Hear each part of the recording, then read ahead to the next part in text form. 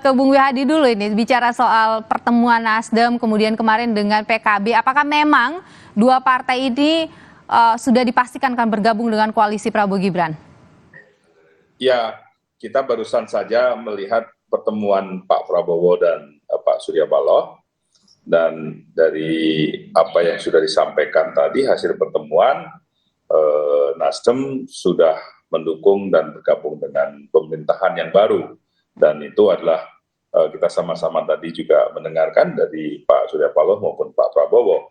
Artinya memang Nasdem sudah mengatakan akan bergabung. Nah, mungkin proses lebih lanjutnya saya kira sudah ada tim yang nanti membicarakan antara Nasdem dan Gerindra. Jadi kalau tadi sudah jelas. Oke, kalau PKB?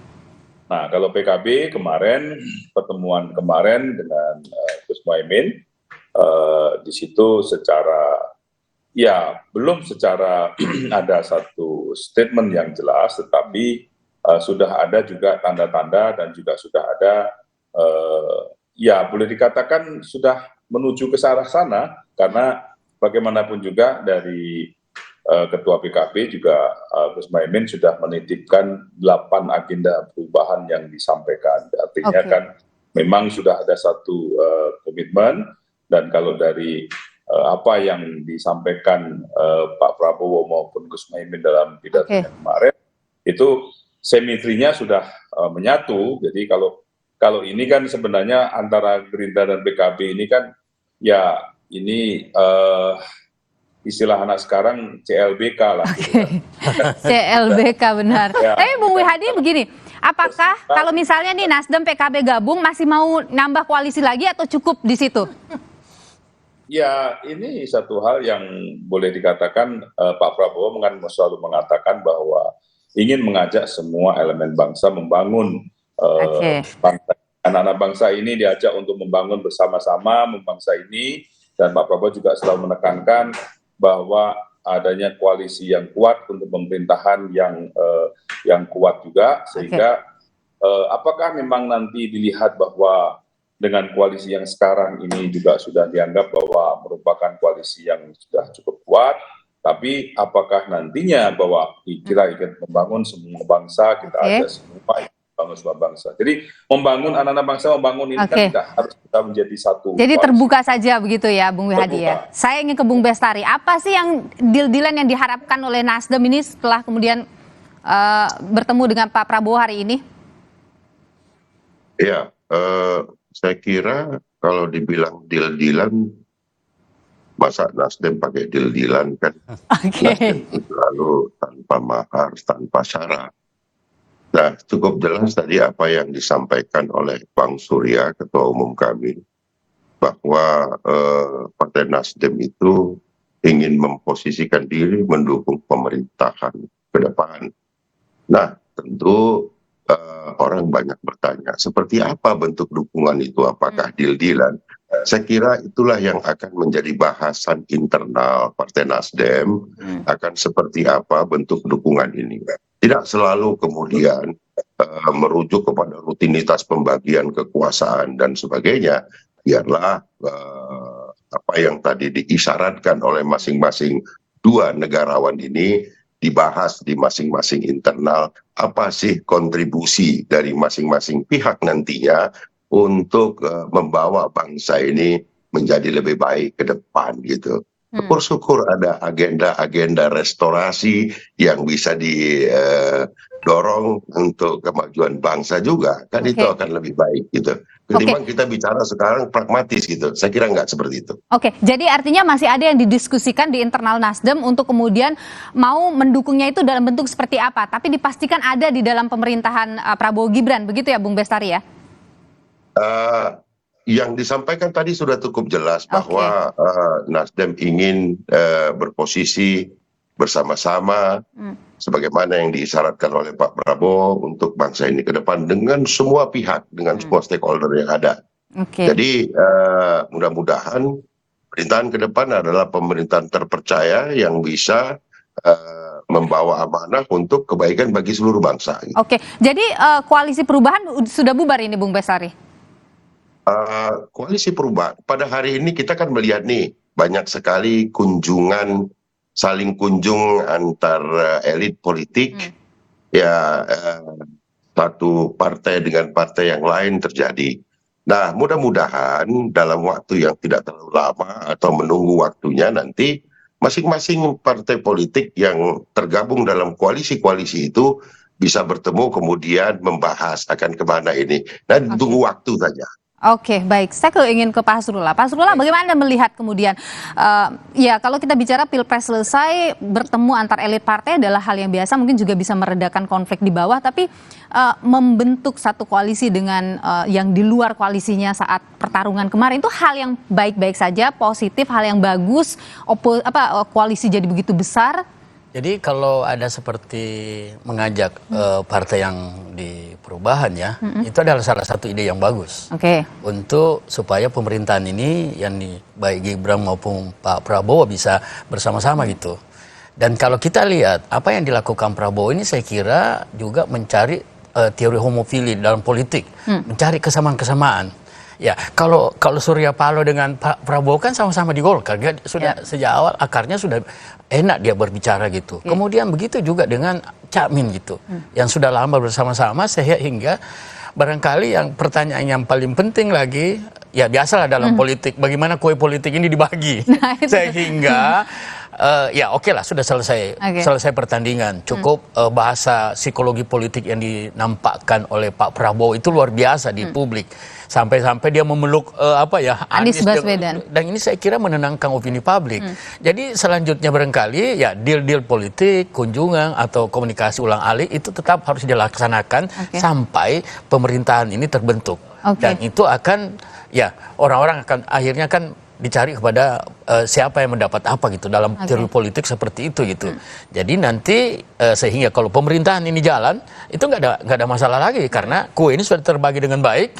Semua sesuatu yang diinginkan tercapai sehingga apa yang diinginkan oleh Prabowo itu sebagai koalisi yang lebih besar, saya kira nggak ada masalah. Yang koalisi penting, gemuk itu tidak apa-apa. Pemerintahan ya, sepanjang aspirasi teman-teman, termasuk lawan politik. Sekarang tidak bisa lagi kita bicara lawan politik ya karena dia sudah saling mengunjungi, melakukan silaturahmi, komunikasi ulang alik. Dalam komunikasi itu satu yang harus kita capai, mencapai kebersamaan, persepsi yang sama, sehingga apa yang ditawarkan baik dari perubahan maupun kelompok Prabowo dan Gibran itu akan bersatu bersama-sama gitu, sehingga pemerintahan ini bisa jalan dengan baik, tidak terganggu pada saat kabinet terbentuk, kemudian pemerintahan terbentuk, akhirnya bisa diterima oleh semua teman-teman yang ada, baik yang ada di dalam maupun di luar gitu. Anda meyakini PKB juga akan bergabung dengan saya kira pasti, karena itu ada implikasi politik sebenarnya nanti. Kalau Cakmin tidak merapat, itu akan terganggu dalam kan saya melihat ada sesuatu yang harus dia pertahankan Cakmin. Bagaimana tetap mempertahankan di tangan dia adalah kekuasaan PKB gitu. Ya, kalau tidak, ya tentu ada konsekuensi lain. Mungkin ada pergantian pimpinan atau kalau ada ya namanya presiden juga punya jaringan, punya kemampuan. Jadi bergabungnya Caimin untuk mempertahankan kekuasaan di PKB bisa saja begitu. Bisa saja seperti itu. Dan opini itu sudah terbentuk di publik gitu. Dan saya kira awalnya kan Caimin mau digadang-gadang sebagai wapres kan, tapi setelah situasi politik berbeda, tapi dia tetap menunjukkan dengan gestur, dengan kalimat-kalimat yang sifatnya menyejukkan. Itu artinya ada kesamaan-kesamaan yang berusaha disatukan dalam bentuk bagaimana membangun Indonesia lebih baik. Gitu. Baik. Saya ingin kembali ke Pak Wihadi dulu. Pak Wihadi, sebelumnya saya sempat berbincang dengan Ketua Umum PBB Yusril Iza Mahendra yang kemudian mengatakan bahwa bisa saja atau terbuka saja misalnya ada orang di luar atau partai di luar koalisi saat ini bergabung dengan kami, tapi jangan sampai kemudian meninggalkan yang sudah bekerja keras untuk kemenangan Prabowo Gibran. Nah, bagaimana itu Anda menyikapi statement itu? Ya, memang kami ini kan berangkatnya dari Koalisi Indonesia Raya. Anggota dari Koalisi Indonesia Raya itu kan sebenarnya juga banyak yang dari koalisi Pak Jokowi pada saat ini. Dan kemudian ada di luar daripada itu. Dan bagaimanapun juga penentuan daripada koalisi, kemudian setelah kemenangan ini dan segala macam, itu tentunya kita tidak akan melupakan koalisi yang sudah ada saat Indonesia Maju yang sudah ada. Dan saya kira permasalahannya bahwa kita semuanya itu akan berkomunikasi dengan anggota-anggota koalisi kita yang ada. Jadi hal seperti ini adalah merupakan suatu hal yang tidak menjadi sesuatu permasalahan yang menjadi besar, karena bagaimanapun juga kita melihat bahwa Pak Prabowo ini kan ingin melanjutkan. Jadi ada keberlanjutan dan penyempurnaan. Dan anggota koalisi yang ada sekarang ini, kalau kita bicara Nasdem, kita bicara PKB, ini adalah yang ada di koalisi Pak Jokowi saat ini. Jadi dan dengan PBB kan juga ada di koalisi Pak Jokowi pada saat ini. Jadi saya kira ini sebenarnya koalisi yang diulang saja dengan yang ada di Pak Jokowi dan diulang oleh ada di Pak Prabowo yang akan datang. Jadi saya kira ini komunikasi yang sudah tidak lagi komunikasi yang saling bisa keterbukaan, komunikasi sudah ada, bukan lagi koalisi komunikasi yang saling mengintip atau apa atau hal yang saling menjatuhkan, tidak, tetapi ini adalah yang sudah terbuka. Terbuka karena kita ini artinya semua parpol dalam koalisi Indonesia Maju kemarin itu sudah terbuka begitu ya Pak ya, dengan kemudian masuknya kalau ada partai-partai lain bergabung begitu. Artinya begini, koalisi Indonesia Maju yang sekarang ini dengan Pak Prabowo, ini kan sebenarnya ada di koalisi Indonesia Majunya Pak Jokowi juga. Jadi kan sudah ada komunikasi dari sejak awal, kan sudah terjalin komunikasi, dan saya kira sudah akan biasa bahwa komunikasi ini berjalan terus, jadi hanya mengulang koalisi yang ada aja sekarang. Oke, baik. Saya ingin ke Bung Bestari. Bung Bestari, sebenarnya begini, ketika kemudian ada kemarin berada di atau Nasdem berada di posisi yang berbeda dengan koalisinya Pak Prabowo kemudian bergabung, tentu ada dampak positif yang diharapkan satu partai ketika bergabung ataupun di luar ketika bergabung dalam satu pemerintahan. Apa yang diharapkan oleh Nasdem ini? Seperti yang saya sampaikan bahwa ini bungkusannya jangan dulu pragmatisme gitu, tetapi lebih kepada kebersamaan yang ditawarkan untuk sama-sama membawa kebaikan. Karena negara kita ini kan cukup besar sehingga mungkin dibutuhkan effort yang besar juga dan bergabungnya berbagai pihak untuk bersama-sama.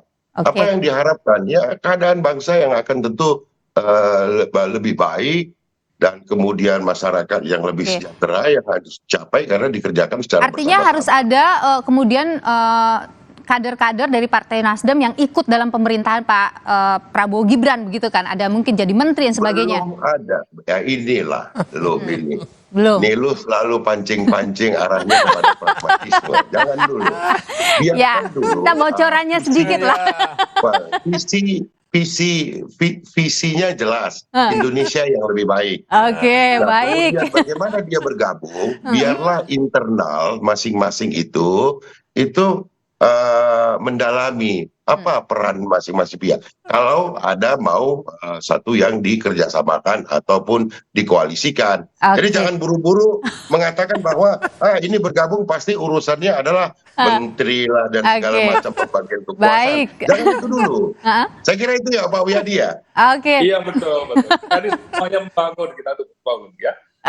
Baik. Pak Hasrullah, kalau ini adalah hal yang baik, bagaimana harusnya pemerintah Prabowo Gibran ini kemudian singkat saja mengelola nantinya tentu semakin besar koalisi, semakin banyak riaknya. Jadi saya ibaratkan ini pesawat, the wind together gitu, semua harus bisa naik. Artinya tidak ada yang tersisa. Jadi jangan sampai koalisi ini ada yang ditinggal juga. Karena saya menganggap peran daripada nomor 1 dan nomor 3 itu cukup signifikan juga sehingga Prabowo bisa menang. Tapi saya melihat hal yang lain. Ada prinsip yang dimiliki oleh Pak Prabowo ya, adalah bagaimana merah putih. Kemudian bagaimana the win together, kemenangan adalah kemenangan bersama. Sehingga tidak ada lagi friksi yang ditinggalkan. Kalau itu terjadi, itu merepotkan buat pemerintahan yang baru gitu. Betul, tentu itu tidak diinginkan. Tapi begini juga, terakhir singkat saja Pak Hasrullah. Anda meyakini PKS dan PDIP akan menjadi oposisi di sini? Tergantung lobby-lobby yang dilakukan Prabowo. Kalau Prabowo dengan Ibu Mega nggak ada masalah karena punya kenangan manis, sama-sama pernah kalah di waktu dia Prabowo jadi wakil, Ibu Mega capres. Kemudian dengan PKS itu tergantung tawaran, transaksi bisa saja dilakukan sepanjang aspirasi itu tersalurkan juga. Tidak mau PKS akan tidak diperhatikan, tapi juga tidak mau dekat, tidak mau jauh. Yang penting saya anggap ini bisa saja malu-malu biasa ya. Oke, di bawah mungkin saja sedang lobby-lobby juga dua partai itu gitu ya, dengan Prabowo Gibran. Dan kalau memang apakah tidak terpenuhi dia punya keinginan, dia akan lakukan negosiasi. Makin alot itu biasa menambah kursi atau menambah kesempatan, opportunity politiknya ada gitu. Oke, baik Pak Hasrullah, pengamat politik dari Universitas Hasanuddin. Terima kasih sudah berbagi pandangan di Sapa Indonesia Malam. Bung Bestari, terima kasih, dan juga Bung Wihadi, terima kasih sudah berbagi pandangan di Sapa Indonesia Malam. Sehat selalu Bapak-bapak. Saudara, kami masih akan kembali. Wakil Presiden terpilih Gibran Rakabuming Raka kemarin ini belusukan ke daerah Jakarta Utara sambil bagi-bagi susu gratis. Sejauh mana kelanjutan dari program-program unggulan Prabowo Gibran ini? Kita akan bahas usai jeda.